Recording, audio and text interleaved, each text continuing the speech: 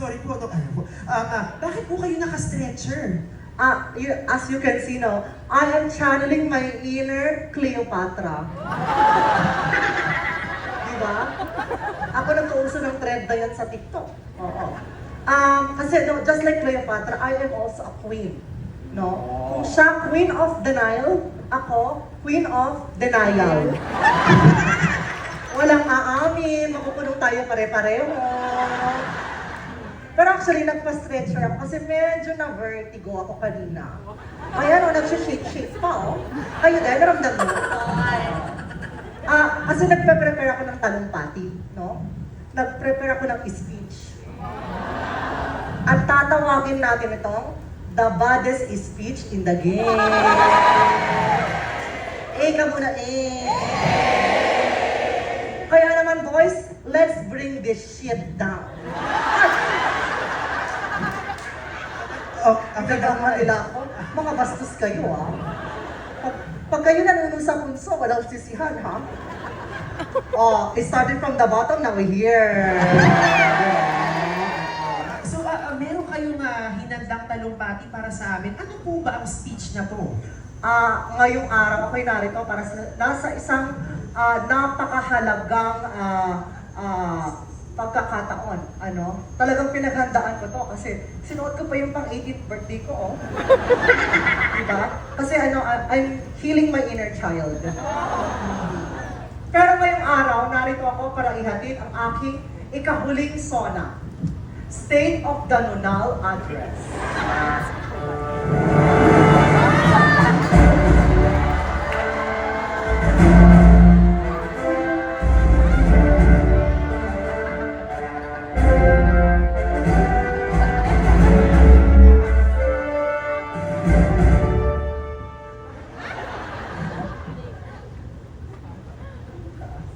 Thank you. Ang taas, no?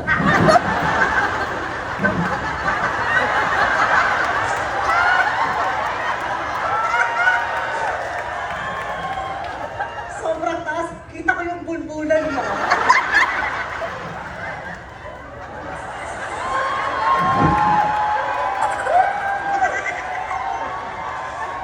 In fairness sa bulbulan mo, ang sarap katawan, no?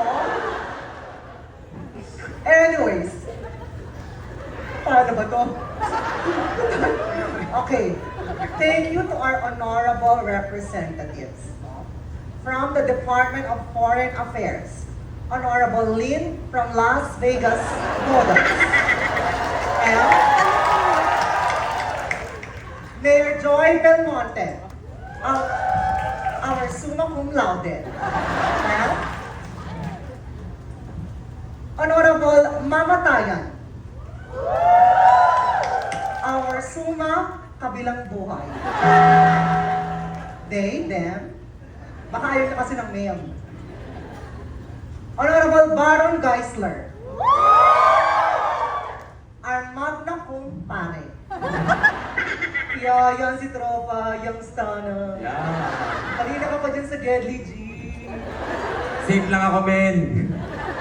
And lastly, Miss Rufa May Quinto and Miss Chris Aquino, our Tuesday cleaners.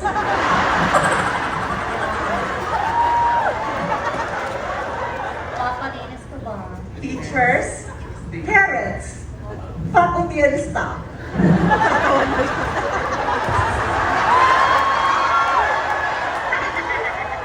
Evasia shippers.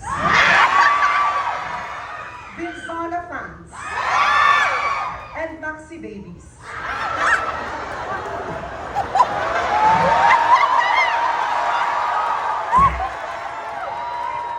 And the entire batch graduating from BS Bullshit. Magandang umaga po, mga kapamilya.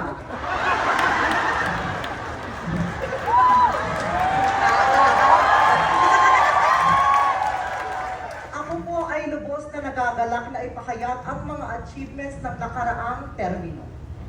Unang-una sa lahat, kabilang na po ang Pilipinas sa upper middle income countries. Palakpakan! Talaga namang ipinagmamalaki natin ang mga middle class, middle child, at middle finger. No? At ang pinaka-importante sa lahat, naibalik na ang Miss Q&A sa Showtime. At makakaasa kayo na hindi na makakasampa ng entablado ang isang taong kinaayawan ninyo. I believe siya ay title holder. I believe siya ay loyalista. I believe mukha siyang galit na langgam. I believe nagsisimula ang pangalan niya sa letter J. I believe siya ay si Gemma.